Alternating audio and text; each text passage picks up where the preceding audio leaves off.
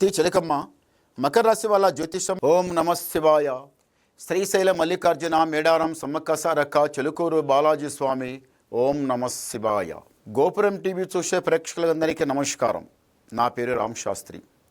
చిలక జోషం అంటే ఆ కాలంలో ఉంది, ఇప్పుడు గుడుక ఉంది, ఇక ముందు గుడుక నడుస్తుంది. చిలక జోషం అంటే నిజముందండి, నమ్మండి, వినండి. మార్చి నెల 16 నుండి 22 తారీఖు వరకు 12 రాశుల మీద ఈ రాశి మీద గురుబలం ఎట్లా ఉంది, ఈ రాశి మీద శని బలం ఎట్లా ఉంది, మంచి ఎంత చెడు ఎంత చెప్తా వినండి. కొత్త సంవత్సరంలా స్వామివారి దర్శనం చేసుకుని వస్తే ఇంటి మీదని కాదు, నెత్తి మీద ఉన్నది కాదు, ఇంటి మీద ఉన్న దరిద్రం పోతుంది, మీ నెత్తి మీద ఉన్న దరిద్రం కూడా పోతుంది. మంచి కలిసి వస్తుంది, బరకత ఉంటుంది, అరకత ఉంటుంది, మంచి జరుగుతుంది.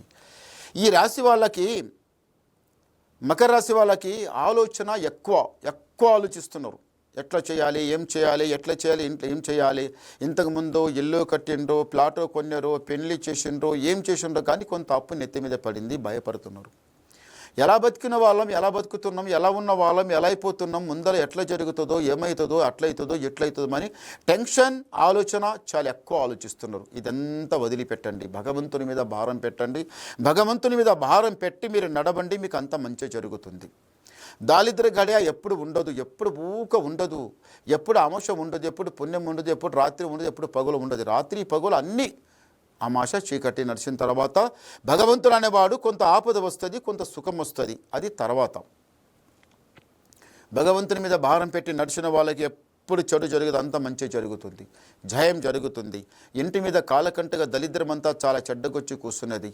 ఇంటి లోపల ఏం చేయాలంటే పొదుగాల సాయంత్రం ఇంటి లోపల దీపాహారం పెట్టాలి. దీపాహారం పెడితే ఏమవుతుందంటే ఇంట్లో ఇంత బరకత కలుగుతుంది, చాలా బాగుంటుంది. నష్టం కష్టం అంత దూరం అయిపోతుంది. ఇంటి లోపల ఎలుగు దీపాహారం పెట్టాలి. 1 రోజు 2 రోజులు 3వ రోజులు అయితే ఇంట్లో ఏదో దరిద్రం వచ్చింది అనుకోవాలి. అన్నిటికీ ఆపేది, కష్టానికి నష్టానికి అన్నిటికీ ఆపేది ఇంటి లోపల దీపాహారం పెడితే బయట ఉన్న దరిద్రం అక్కడే ఆగుతుంది. మళ్ళీ ఇంట్లో కాలు పెట్టదు ఆ దరిద్రం. ఆ దరిద్రం ఇంట్లో కాలు పెట్టింది అనుకోండి, అంత ఎత్తికి చూస్తుంది. ఎవరికైతే ప్రాబ్లం ఉందో అని పైల జోర్లి అది ఇంకింత భయంకరంగా చేస్తుంది. అది దరిద్రం అంటే. ఇన్ని రోజులు బాగుంటుంది కదరా, ఈ అమ్మాయి బాగుండే ఇన్ని రోజులు, మళ్ళీ ఈ ధన్మని ఈయనకి ఎట్లా తీసుకోపోండి హాస్పిటల్కి, తీసుకోపోండి దవాఖానకి, ఆపరేషన్ చేయండి. అది ఆ దరిద్రం ఇంట్లో వచ్చినందుకు ఇవన్నీ ఆపతులు సంపతులు, లేకపోతే ఏది కాదు.